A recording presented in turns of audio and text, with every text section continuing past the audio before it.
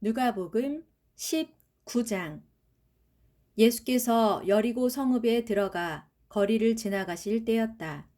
거기에는 삭개오라고 불리는 사람이 있었다. 그는 세리장이었고 큰 부자였다. 삭개오는 예수를 보려고 애썼지만 키가 작은 데다가 사람들에게 떠밀려 예수를 볼 수가 없었다. 그래서 그는 일행을 앞질러 달려가 길가에 있는 뽕나무 위로 올라갔다. 일행이 그곳에 이르자 예수께서 위를 쳐다보시고 삭개오를 부르셨다. 삭개오여, 어서 내려오시오. 오늘은 내가 당신의 집에서 묵어야 하겠소. 그러자 삭개오는 얼른 내려와서 크게 기뻐하면서 예수를 자기 집으로 모셔들었다. 이것을 보고서 사람들이 서로 수군거리며 아니 예수께서 죄인의 집에 묵으시려고 들어가시다니 하고 말했다. 삭개오는 일어서서 주님 앞에 이렇게 말했다. 주님, 제 재산의 절반을 가난한 사람들에게 나눠주겠습니다. 그리고 만일 제가 남을 속여서 빼앗은 것이 있다면 4배로 갚겠습니다. 예수께서 삭개오에게 말씀하셨다. 오늘 이 집에 구원이 이르렀소. 이제 이 사람도 아브라함의 자손이요. 보시오, 인자는 잃어버린 사람을 찾아 구원하러 이 땅에 왔소. 이어 예수께서 비유로 하나 말씀해 주셨다. 이 비유를 말씀하신 것은 예수께서 예루살렘 가까이에 오셨으므로 사람들이 이제 곧 하나님의 나라가 임할 것으로 생각하고 있었기 때문이었다.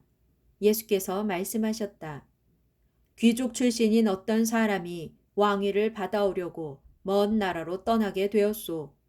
길을 떠나기 직전 그 귀족은 10명의 종을 불러 모은 후 그들 각자에게 한 문화씩을 주면서 말하기를 내가 돌아올 때까지 이것으로 장사를 하여라 하였소. 그러나 그 귀족의 일부 백성들은 그를 미워한 나머지 그 나라로 사절단을 보내어 우리는 이 사람이 우리의 왕이 되는 것을 원하지 않습니다 하고 전하게 했소. 하지만 그 귀족은 결국 왕위를 받아가지고 자기 나라로 돌아왔소. 그리고 그는 사람을 시켜 자기가 돈을 맡긴 종들을 불러오게 했소. 그들 각자가 얼마나 벌었는지 셈해 보기 위해서였소. 첫 번째 종이 와서 말했소. 주인님, 저는 주인님이 맡기신 한 문화로 10문화를 벌었습니다. 주인이 말했소. 참 잘했다, 착한 종아. 네가 작은 일에 충실하였으니 내게 10고을을 다스릴 권한을 주겠다. 두 번째 종이 와서 말했소. 주인님, 저는 주인님이 맡기신 한 문화로 5문화를 벌었습니다. 주인이 말했소. 너도 잘했구나. 너에게는 5고을을 다스릴 권한을 주겠다. 세 번째 종이 와서 말했소. 주인님, 여기 주인님이 제게 맡기신 한 문화가 있습니다. 저는 이 돈을 보자기에 잘 싸두었습니다. 사실 주인님은 지독하신 분이시라서 맡기지도 않은 것을 빼앗아 가시고 심지도 않은 것을 거두어 들이시는 분이 아닙니까? 그러자 주인이 크게 노하여 호통을 쳤소.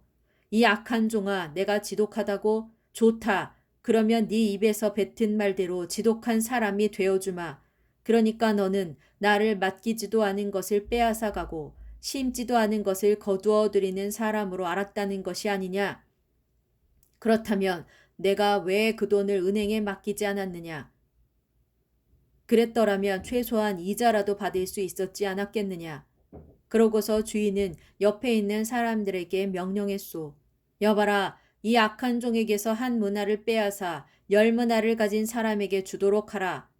그때 그들이 주인에게 말하기를 하지만 주인님, 그 사람은 이미 10문화를 가졌는데요 하자 주인이 대답했소. 내가 너희에게 분명히 말한다.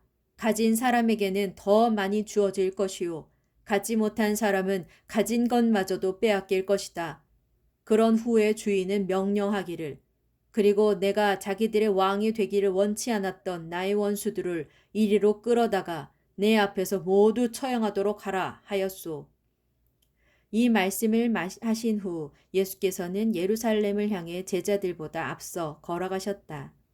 올리브산의 기슭에 있는 벳바게와 베다니에 이르자 예수께서 두 사람의 제자를 먼저 보내시며 그들에게 말씀하셨다. 눈앞에 보이는 저 마을로 들어가면 아직 아무도 탄 적이 없는 어린 나귀 한 마리가 길가에 매여 있을 테니 너희는 고삐를 풀어서 그 어린 나귀를 이리로 끌고 오너라. 혹시라도 누가 나귀 고삐를 왜 푸는 것이오 하고 묻거든 주님께서 잠시 쓰시겠답니다 하고 대답하여라. 제자들이 마을에 들어가서 보니 과연 예수께서 말씀하신 대로 어린 나귀가 한 마리 매여 있었다. 그래서 고삐를 풀고 있는데 주인이 와서 물었다. 왜 우리 나귀를 풀고 있는 거요? 제자들이 대답했다. 주님께서 잠시 쓰시겠답니다.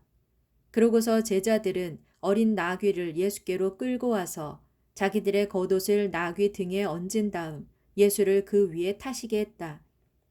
예수께서 나귀를 타고 길을 가시자 사람들이 서로 자기들의 겉옷을 길 위에 폈다.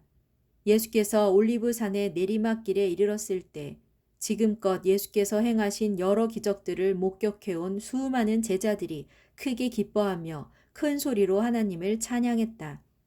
복되도다 주님의 이름으로 오시는 왕이시여 하늘에는 평화 지극히 높은 곳에는 영광. 그런데 이 광경을 보고 무리 가운데 섞여 있던 몇몇 바리새파 사람들이 투덜대며 예수께 말했다. 선생님, 당신의 제자들을 꾸짖어 잠잠케 하십시오. 그러나 예수께서 그들에게 말씀하셨다. 만일 저들이 잠잠하면 길가에 돌들이 소리칠 것이오. 행렬이 예루살렘 가까이에 이르렀을 때 예수께서 예루살렘 도성을 바라보며 우셨다. 그리고 예루살렘을 향해 이렇게 말씀하셨다. 오늘 너도 내게 평화를 가져다 주는 일이 무엇인지 알았더라면 얼마나 좋았을까. 하지만 지금 내 눈에는 그 일이 감추어져 있어 보지 못하는구나. 장차 심판의 날이 내게 닥칠 터인데 그때에 내 원수들이 진을 치고 너를 사방에서 조여들면서 너와 내 자녀들을 멸망시킬 것이다. 그때에 내 원수들은 너를 철저히 파괴하여 돌 하나도 다른 돌 위에 얹혀 있지 못하게 할 것이다.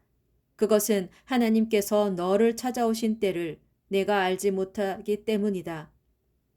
예루살렘에 입성하신 예수께서는 성전에 들어가셨다. 그리고 거기에서 장사하는 사람들을 쫓아내시며 그들에게 말씀하셨다. 성경에 기록하기를 내 집은 기도하는 집이다 하였건만 지금 당신들은 내 집을 강도의 소굴로 만들어버렸소. 그런 후 예수께서는 날마다 성전에서 가르치셨다. 대제사장들과 율법 교사들과 백성의 지도자들은 머리를 맞대고 예수를 죽일 궁리를 하고 있었다. 하지만 사람들이 모두 예수의 말씀을 열심히 듣고 있었으므로 어찌해야 좋을지 방도를 찾지 못하고 있었다.